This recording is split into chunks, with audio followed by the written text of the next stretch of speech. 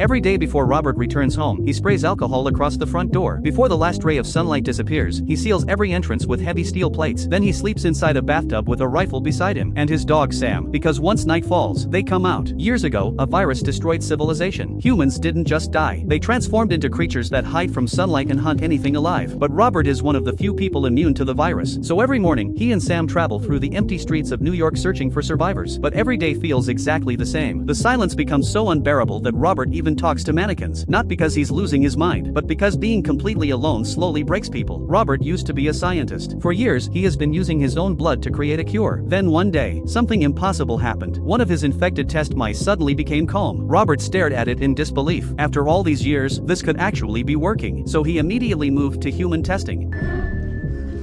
He drove into a dark building and placed his own blood near the entrance. Seconds later, something smelled it, then charged straight toward him. The trap worked, but Robert noticed something strange. The other creatures weren't attacking him. They were watching, almost like they wanted her back. Still, sunlight kept them away. So Robert brought the infected woman back to his lab and injected the serum. Then he waited. Nothing. Then suddenly, she started screaming and throwing herself against the walls. The cure had failed. Again, Robert sedated her and locked her away. The next day he went out with Sam like always. Then he saw something impossible. The mannequins had moved. Yesterday they were inside the store. Now they were standing in the middle of the street. Robert froze. Something felt wrong. He slowly raised his rifle and fired. The mannequins collapsed. Then he realized it was a trap. The ground beneath him disappeared. Hours later he opened his eyes. He was hanging upside down. Then he looked at the sky, and his heart dropped. The sun was setting. He quickly pulled out a knife and cut the rope. But as he fell, the blade stabbed deep into his leg. Pain shot through his body. Then he heard growling from the darkness. The creatures had been waiting. And suddenly, infected dogs charged toward him. Robert fired wildly, but when he looked at Sam, his face changed. Sam had been bitten. Robert carried him home and injected him with the serum. Then he sat beside him, hoping, waiting, praying. But slowly, Sam's eyes changed. Robert knew exactly what was happening, and now he had to make the most painful decision of his life.